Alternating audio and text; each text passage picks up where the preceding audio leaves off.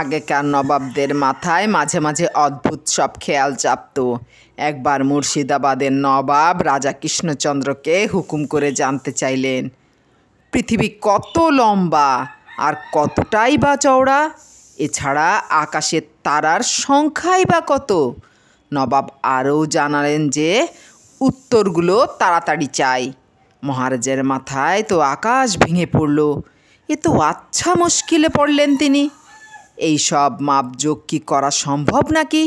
অথচ নবাবকে না বলা যাবে না, তাহলে রাজ্য নিয়েই টানাটানি পড়তে পারে। গোপাল লক্ষ্য করল যে মহারাজা যেন কী নিয়ে খুব চিন্তায় পড়েছেন। রাজাকে জিজ্ঞেস করে গোপাল সবই জানতে পারল। জেনে তো গোপাল হেসেই অস্থির। এই সামান্য ব্যাপারের জন্য চিন্তা? আমি নবাবকে ঠিক মতো সব খবর জানিয়ে দেব। মহারাজ, আপনি নবাবকে লিখে দিন, ভেড়া, বাঁশ, দড়ি এবং আরও কিছু জিনিস কিনবার জন্য যেন বেশ কিছু টাকা এক্ষুনি পাঠিয়ে দেন। 1 বছরের মধ্যেই নবাব হিসেব পেয়ে যাবেন। নবাব তো আশ্বাস পেয়ে খুশি মনে 5,000 টাকা পাঠিয়ে দিলেন। সেই টাকায় গোপাল বেশ বড়লোকি কায়দায় দিনগুলো কাটাতে লাগলো। রাজা যখনই জিজ্ঞেস করতেন মাপজোক প্রভৃতি কত দূর এগোলো, গোপাল সঙ্গে সঙ্গেই জবাব দিত যে সব ঠিকই আছে। ঠিক 1 বছর পরে নবাব আবার জোর তাগাদা পাঠালেন, কিন্তু গোপাল জানালো গোনা এখনও শেষ হয়নি।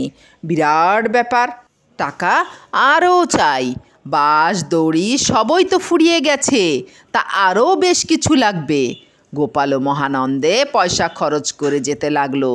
6 মাস বাদে নবাব খুব কড়া তাগাদা পাঠালেন। রাজা কৃষ্ণচন্দ্র বললেন, গোপাল, এবার কিছু একটা করো, নইলে নবাব ভয়ানক রেগে যাবেন। গোপাল ওকে কোনো রকম চিন্তা করতে বারণ করে মুর্শিদাবাদ যাওয়ার জন্য তৈরি হলো। 25টা গরুর গাড়ি ভর্তি সরু দড়ি, ঘন লোমওয়ালা 10টা বড় ভেড়া ও 25 গাড়ি বাঁশ নিয়ে সে নবাবের কাছে গিয়ে হাজির হলো। নবাবকে কুর্নিশ করে গোপাল জানালো, হুজুর, অনেক খাটাখাটনি করে পৃথিবীর মাপ এনেছি, তারার সংখ্যাও গুনেছি, তবে আপনার তাগাদার জন্য কিছু বাকি থেকে গেছে। তারার হিসেবটা আছে ভেড়ার গায়ে, কাগজে লিখলে হিসেব রাখা যাবে না বলে এই ব্যবস্থা। ভেড়ার গায়ে যত লোম আকাশে তারার সংখ্যাও তত। এবার আপনাকে খালি ভেড়ার গায়ে যত লোম তা গুনে শেষ করতে হবে। এছাড়া বাঁশের বিন্যাস মিলিয়ে ওই দড়িগুলোর মাপ নিতে হবে। নবাব তো সব দেখে শুনে হতবাক। এত ভেড়ার গায়ে লোম, বাঁশ গোনা কি সম্ভব নাকি? ওর জন্য সব কাজকর্ম বন্ধ হয়ে যাবে। তিনি রেগে উঠে বললেন, এত মাপজোক গোনা গাথা আমার দ্বারা হবে না। গোপাল গম্ভীর হয়ে বলল, পৃথিবী লম্বা হলো 10 পরিধি 90 অবূর্ধ্ব 1000 কোটি গজ। চওড়ায় পৃথিবীর মাপ হলো 5 পরধি 10 মহাপদ্ম 100 কোটি 50 লক্ষ গজ। তারার সংখ্যা হলো 430 কোটি পরধি 50 পদ্ম 89 কোটি 510।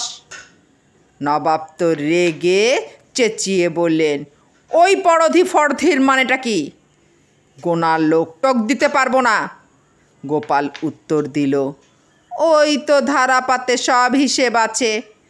1 কোটিতে 1 অবূর্ধ্ব, 1 কোটি অবূর্ধ্বে 1 পদ্ম, 100 কোটি পদ্মে। গোপাল গড় গড় করে সব বলে গেল। নবাব কানে হাত চাপা দিয়ে বলে উঠলেন, তোমার অঙ্কের ঠেলায় আমার মাথা ভো ভো করছে। তুমি এই সব দড়ি, বাঁশ, ভেড়া এসব নিয়ে এক্ষুনি সরে পড়ো। এত বিরাট আয়তন ধারণায় আনা যায় না। গোপাল কিন্তু এই কথা শুনে খুব দুঃখিত হওয়ার ভান করে বলল, সে কি হুজুর, এত কষ্ট করে এত খেটে হুজুরের হুকুম শোনালাম, পৃথিবীকে এত বড় তো আমি করিনি। আমার কি দোষ? আমার গোনাটা কি বৃথাই যাবে? নবাব লোকটা ছিলেন সুবিবেচক। তিনি বললেন, না না, তা কেন হবে? তোমার এত খাটনির পয়সা মিছে যাবে না। এই যে উজির সাহেব, গোপালকে এ পর্যন্ত যা দেওয়া হয়েছে তার দ্বিগুণ বকশিশ দিয়ে এক্ষুনি বিদায় করুন। গোপাল মহা খুশি হয়ে ফেরত গেল। সেখানে গাড়ি ঘোড়া আর বাস বিক্রি করে বেশ কিছু লাভ করল। তারপর হাসি মুখে মহারাজ কৃষ্ণচন্দ্রের সঙ্গে দেখা করল।